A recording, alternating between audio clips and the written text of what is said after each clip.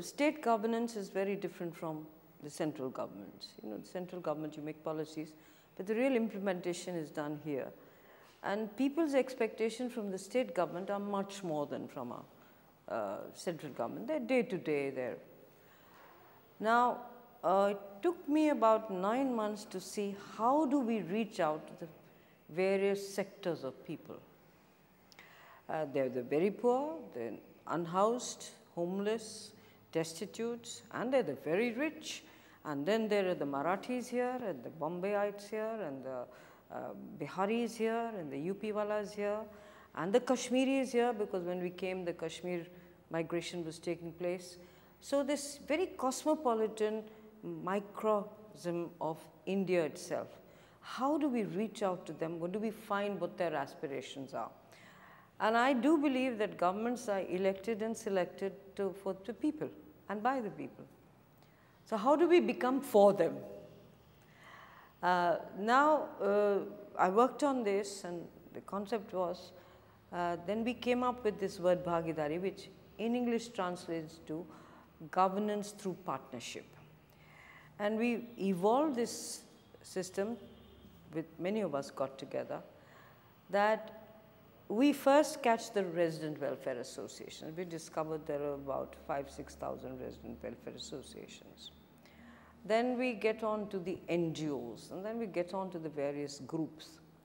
Once the RWAs and us interacted, and we do still have a 3-day workshop to tell the citizens of Delhi what governance is, what are the limitations, and how does the government work, and to make the officers understand who are at the cutting edge. Okay, look, a citizen is why you're sitting here. You're running a government. So don't tell him, brush him aside and say, come again another day. The fellow has spent 3 hours coming to you, 100-odd rupees, and you tell him, I can't find the file, come again another day. Did you get an appointment? So this was it. The police thanas, the social welfare departments, the DCs, the district commissioners, then the water people, the bijliwalas. So the bijliwalas would explain to them what is it that they are doing and where are they this thing. How can both of us cooperate and see that you don't suffer? And these bijliwalas would tell them this, and bijliwalas or the waterwalas would get the feedback that this is the problem with us. Something happens and nobody comes to attend it for say 2 days or 1 day or whatever it is. So it became a two-way traffic. And I make it a point to be a part of the Bhagidari workshops, beginning, end, so and they will give their suggestions. We tell them, so they understand governance better, and we are able to understand what are they looking for. You have a pensioner, for instance, government's a pensioner. You know, he won't get his pension for 2 years or 3 years. The fellow keeps running from one place to another. So we've set up public grievance cell. We set that up. So he goes there, the public grievance cell, which has got 4 or 5 members in it, follows it up. And within a week, the person starts getting his pension. Otherwise, this paper is not correct, this paper is short, this is irrelevant. It's silly things like that, just to put off a decision. So they brought government and government servants and the people together, understanding each other. We also learned from it that, see, when a person lives in a cooperative society, his attitude and his demands are very different to somebody who's living in Amrita Sher Gilmarg, or somebody who's living in an unauthorized colony, or somebody who's living in Old Delhi, or somebody who's living in South Delhi, Northeast Delhi, Northwest Delhi, East Delhi, so on and so forth. What are their basic requirements? So, and this has helped us enormously. Believe me, if we didn't have this kind of interaction, we have it once every 3–4 months, then I do video conferencing at every DC's office. We sit in the office here in the secretariat. They sit there, the RWAs come there, and give us their things. Okay, bijli nahi aayi, pani nahi aaya, ganda pani aaya, this sort of thing. Road has not been repaired. You know, there's multiplicity of authorities here. So we have to explain to the people that this is what we will do and this is how we will achieve it. Take time. Now, one of the things that we did, and I think being with the people, understanding them, made me feel more confident. And that was the reason why we took on these power reforms. I don't know if you lived in Delhi at that time, because but you must have. There were these outages for 8 hours, 10 hours, people coming on the streets 2 hours, and just no maintenance or no availability of power. So we decided to distribute, and it took us 6 months to take the decision. We interacted with power companies. We got people to come. What do? We interacted with the central government that this is what we are wanting to do to improve the situation. How do we go about it? So after we told people also that we are going to privatize, they were very happy because they felt that things will change. Only difference was they felt the thing would change the very next day. It didn't happen. So we took the power reforms. We took up water reforms also, but a lot of NGOs came and said water is a basic necessity. If you are going to privatize power and allow people to be charged for water, that is unsocial. It's not a socialistic way of thinking of things. So that we petered down. But now today, after 8-9 years, I can say with some satisfaction that yes, our power reforms have been successful. Not only successful, they have been looked upon as an example for other states to follow, and been recognized the world over, because things have improved. But people, you know what the losses were? 52%. We brought them down to 18% now. You see, the transmission, there was power, but there was theft of power, enormous. Everybody's hooked on. And I must tell you with a sense of great apology, that even the richest people used to just hook on onto the main line and draw power without having to pay for it. It had become a culture. So that culture, take meters. Because the ATA and TC losses and theft losses put together were 50 to 53%. In 1998-2000, we brought it down now to 18%. The acceptable norm is about 11-12%. That's acceptable, you know, losses do take place. But with this happening, people are getting used to paying. It's not any, in fact, there are people who do, if they do not, any area does not have meters, they ask for meters to be put. We have camps with them. It's taken long, but we've gone on it consistently. We have a public grievance cell headed by a former justice of the High Court who looks after people's individual complaints. If you remember, there was this huge thing, fast running meters, you know. People, all these companies are putting on meters which are electronic, but they're running fast. I never paid such a bill. So then I had to talk to each one. I mean, lots of people who used to come. Think 5 years ago, you never had a washing machine. You had a cooler. Today you have an air conditioner. You have a microwave, which you never had. So things, if you are going, and you used a heater, now you're using blowers or all kinds of other things. Where there was 2 fans, now you have 5 fans, you have televisions, everybody. So we said कि अगर जो चीज़ें आप इस्तेमाल कर रहे हैं ज़्यादा होगे तो बिल तो बढ़ेगा ही.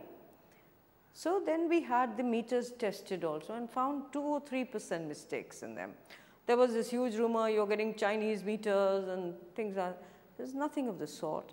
It's settled down now, and so that today, when power goes on because of local faults, local overdrawals, transformers not being, breaking down, even if it goes down for half an hour, 40 minutes, we get calls all the time.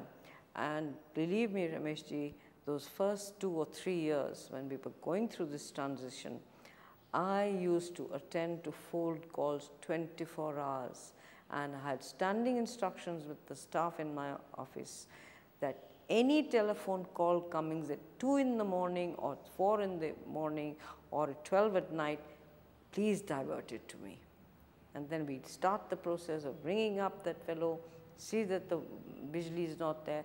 So we went through hard work, but I think it was hard work because we were committed to do it and we couldn't afford it to fail. And then of course the central government was good enough to give us more power. 1900 megawatts was what was used in 98, 99 when we came into power, 99. Today we touch almost 5,000 megawatts. So that's the kind of range that has come out. Losses coming down, meters coming there, and no, there used to be this thing that the erratic power fluctuates. So our gadgets get bad. Now nobody complains to me about their gadgets being blown up because there was fluctuation. So that was. And this unbundling of the DVP was what began. Can you just? Yes, unbundling. Only the distribution.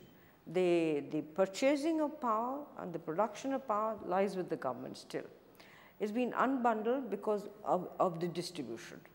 And that is in 3 companies, which is NDPL, Tata's one, we divided Delhi into 3 areas. BYPL, which is East Delhi, Yamuna board, and the BSCS, which is South Delhi. So these are the 3 areas, and they look after the 3 areas: maintenance, metering, and putting up new wires, putting up transformers, all that is connected with transmission per se. We as a government, our Transco company, merely gives them, say, all right, you need 5,000 megawatts of power, we'll get it for you. And they buy it from us. So that's the kind of division that has happened. And of course, apart from power, the other big change that has come about is in environment. Can you speak a little bit on when you came in, what it was like? And Ramesh, when we came, I mean, environment is a passion with me. It's a kind of, there are many things, but if we ruin our environment, so it's a kind of a personal passion also. When in 1998 we came in, the green cover of Delhi was about 3%. Today it is 20.20%. This also, Bhagidari helped us. Now, Bhagidari is not only confined to the citizens, it's also confined to the children of Delhi. We have about 2,000 eco clubs in Delhi, where we teach children, look after the plants, grow trees, don't, you know, if you see any plant dying, just water it a bit, it takes you a mug of water to do it. Recycle waste paper. In our own office, we use recycled waste paper because offices have a lot of paper which just goes. So we use that. We set up many units through this alternatives, anyway. renewable. What? Renewable. Alternatives. So renewable paper. Then we taught them don't recycle paper. So there are lots of our schools which have this recycled paper, which they're making paper bags and little toys and things of that, you know, which can be used by paper mache. So that was there. Then we also did, as a matter of policy, we don't give flowers to each other. Like, you know, you have a function, somebody gives you a bouquet. That no, our government functions gives a plant to each other. So we did that. So we involved citizens, RWAs. We've set up now a garden society, a parks and garden society. In fact, coming to you, we were doing one. We give them an amount of money, say 1 lakh, 2 lakhs of rupees, depending on their requirement and the area which they're covering. All right, here, maintain your garden yourself. Keep your own malis, do that, because the government mali may not turn up. So that has had an impact. Then we also, huge conservation. The Earth Hour was celebrated yesterday. Forest Day will be celebrated. All the days that are dedicated to environment are celebrated with great gusto in our government. and we involved NGOs in it, involved citizens into it. So it's not that we do it by ourselves and say, "Bhai, aaj is keep your lights off." We see that things do happen. Can you specifically talk about the green cover that you said is increased? Any of the areas like the yes, ridge sorry. area? From We'll talk. this green cover from 3. Now we built up city forests. Right. The idea is to have 42 city forests, and at the moment we've done 28. And these are about 10 acres, 15 acres, 5 acres, whatever, where you grow just trees and bound them. Then the Bhatti mines, if you remember, the Bhatti mines were totally rock and nothing. We took over the services of the Territorial Army for that. Today you go to the Bhatti mines, it's a totally green belt, and it's about 283 or nearly 300 hectares. That changed, stopped mining, and this. Now, of course, the rule says that if you want to cut a tree, which includes metro and any other infrastructure that we are building, if you want to cut one tree, you will plant 10 more. So that is being assiduously followed. Otherwise, we wouldn't have reached today 20.20%. The ideal would be about 24%, 25%. I think we should reach it in the next year or two. And what about the other steps you've taken, like bringing in CNG buses? And can you speak a little bit about that? I'm glad you reminded me of CNG. CNG was a great challenge. There was no CNG available. There were no vehicles available which could use CNG because they all use diesel and all. And there were no manufacturers of these CNG vehicles.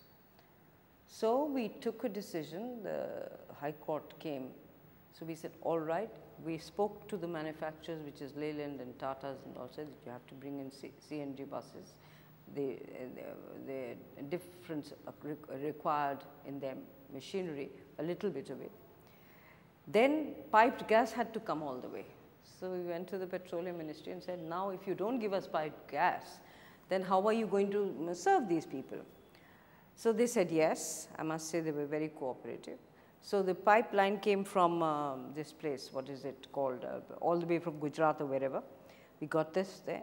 The stations weren't adequate. For many years you must have seen huge lines, 5 kilometers line.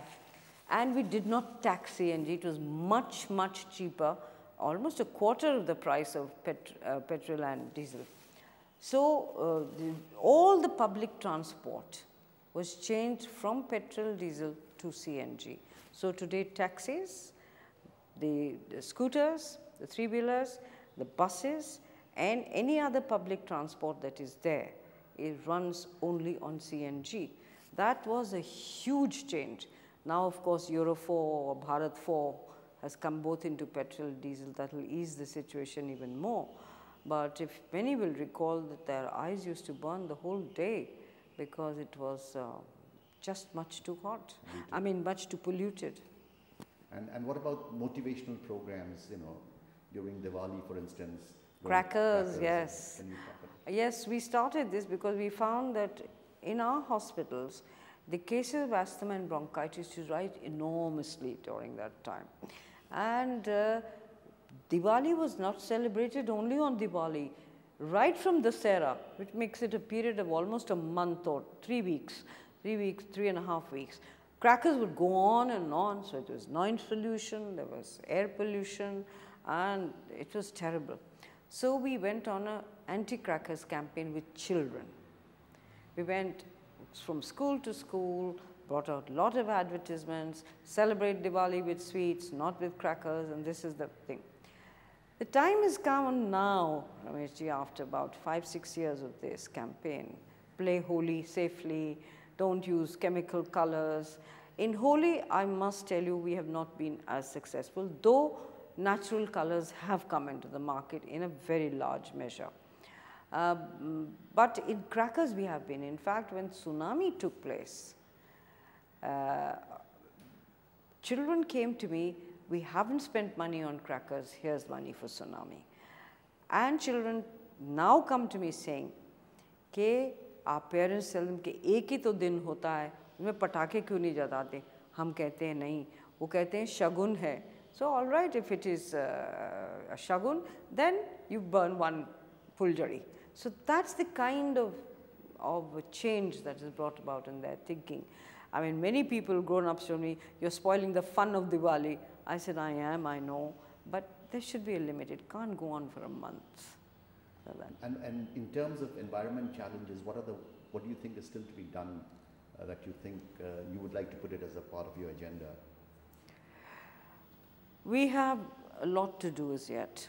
Water. Wastage of water is enormous. Leakage of the water is about 42%. Now we know River Yamuna.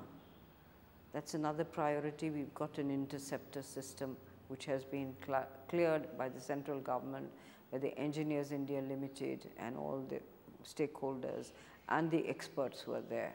So we are going to put interceptors so that the three big nalas, the Shahadra Nala, the Najafgarh Nala and the supplementary Nala, when they go into the Yamuna, their water is treated and cleaned up. We are also got in 3 or 4 of our water treatment plants where we treat water. So we've just added on another 21 million gallons of water per day by putting up water treatment plants in Wazirabad and in Bhagirathi, and Okhla will be coming up, 45 MGT will come from there. So you know how to recycle, how to reuse and how not to waste. You know, the kind of ads we bring out with, you know, people wasting water, throwing water, washing the roads in front of their homes with good, clean, treated water. So these are campaigns that are continuous, but we can't sit back on them, because unless the entire culture, crossing a road, we've made foot over bridges, still they'll cross a road. And then somebody will die because somebody is either careless driver on the road, but you're also careless for having crossed the road at the wrong time. So we keep on these social awareness for yourself, not for the, even if we don't think of the community, we have to think of ourselves. Please carry on. In a broad sense, can you tell me what is your vision for Delhi now that you... My vision for Delhi is, look, Delhi is a city unlike others. It's a very big magnet. It's India's most booming city economically. And it's a happening city, so infrastructure is going on, culture goes on and all that. So it attracts people. Now my thing would be that we have to give housing for these. We do not have housing for the poor. So they squat. Now it's not their fault, they have to live somewhere, so they squat. So housing is a huge program which we have started, but will really take on speed next. The vision of Delhi should be that it should be considered, because it's got a lot of heritage also. It's one of the cities of the world which has perhaps got the maximum heritage in it. To make it into a city, when people talk about, I have been to Paris with pride, or I have been to London with pride, or I've been to Tokyo with pride, and this is what is happening there, or Singapore. I want people living in Delhi and those coming in Delhi to say that this is a city. It's culturally rich, it's aesthetic, it's polite, it's got infrastructure, it's got very good education. Part of our dream is to make this into a knowledge city also. It's already become a services city. It's got the highest percentage of service providers. I think we are 80% of our earning is from services. But eventually to become a knowledge city also. We are constrained by space, that is our biggest problem. But become a knowledge city, and anything you would like, anything, when you live your personal lives or I live my personal life, there are certain things we aspire to have. I want Delhi to be a home for everybody and a beautiful home for everybody, somewhere where people come and go back smiling, live here smiling, which means its culture, its aesthetics. If you would have noticed in the past 5 or 6 years, the cultural scene in Delhi has enormously improved. You know, you'd have one festival somewhere there. Today there are 3 festivals or 4 festivals going on. You don't know which one to go to. You can pick and choose. Art, aesthetics, and because I do believe that if there are good aesthetics and good culture, the city itself becomes good and better. And cleaning up Delhi. I have so many dreams for Delhi. And then of course the infrastructure that you brought in. Yes, infrastructure, yes. Metro. But that I feel confident that after the Commonwealth Games will be over, when all the infrastructure will be made, we may not have to put in so much into the kind of hard infrastructure that we are putting in now, provided we are able to discourage private transport and encourage public transport, metro and buses. We've got these air-conditioned buses and all. It's for people like us, all right. If I can go to my office in an air-conditioned bus, why should I take my car? So these are the kind of cultural changes, changes in thinking, which I believe in, that unless you bring that along also, the full benefit of any change that is brought about will never be realized. Anybody visiting Delhi today sees a lot of activities in terms of flyovers, in terms of new buildings, stadium, you know, metro, new airport. Can you elaborate a little bit on each of these infrastructure that is making Delhi into a modern city? Well, the infrastructure for stadia and all is going to be there, but the approaches to the stadia also need good infrastructure, good access to the stadia, which means widening of roads, making them more beautiful, more elegant and all, easier. Then we also, I don't know if you've noticed it, we've completely changed the lighting system of most of our arterial streets, made them, you know, much more, shall I say, lighted up than they were earlier, because they were, you know, otherwise you'd get a row of 10 lights burning and about 5 not out of. So all that is being changed. Now these are little things, the central verges, they need to be greened up and also to be tamed.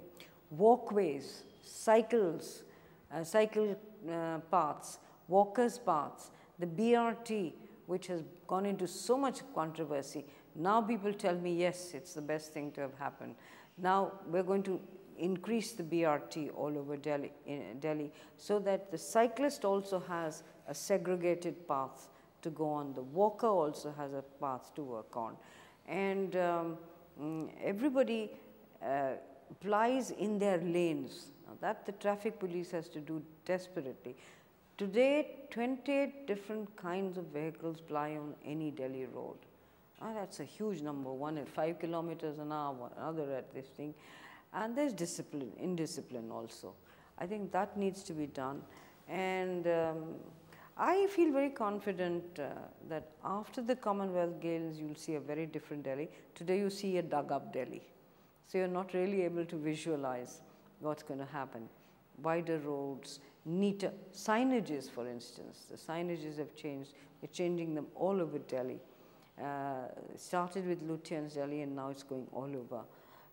Flyovers have been made.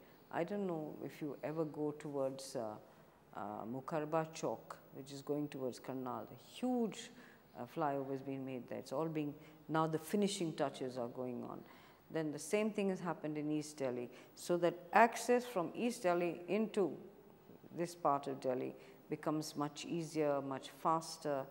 The Akshardham temple is already there. Next to that, the Games Village is being made, which is about 200 plus flats, which are going to eventually go to the people. So that will give it. Now, these are bases upon which a modern Delhi will be built up. You have, in all these things that you have done, is there any one influence that has sort of guided you or has become the motivating factor for your vision?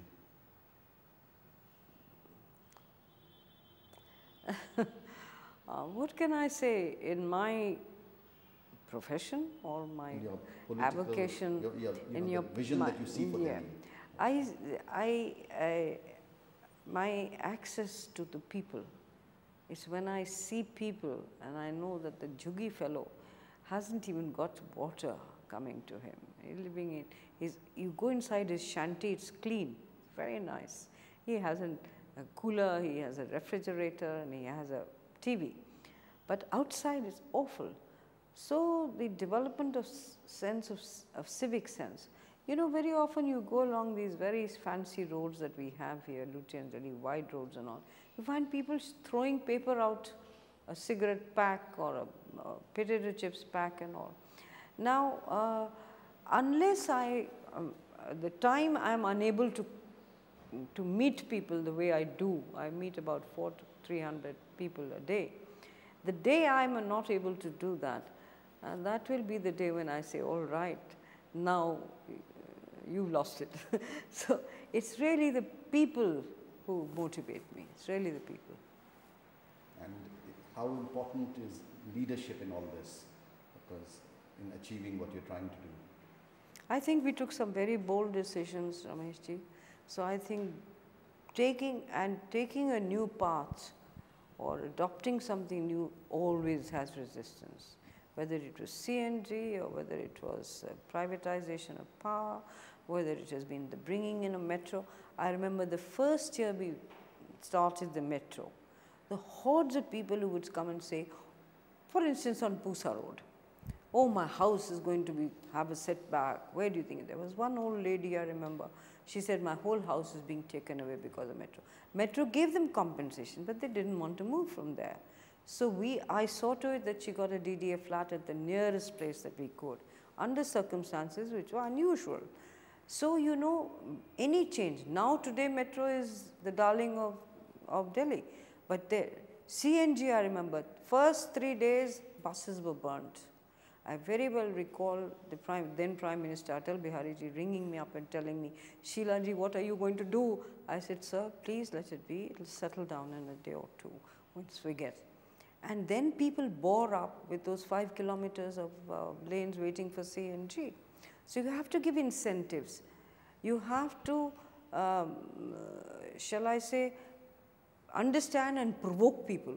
Okay, this is for tomorrow's good, it's for your own good, for your children's good.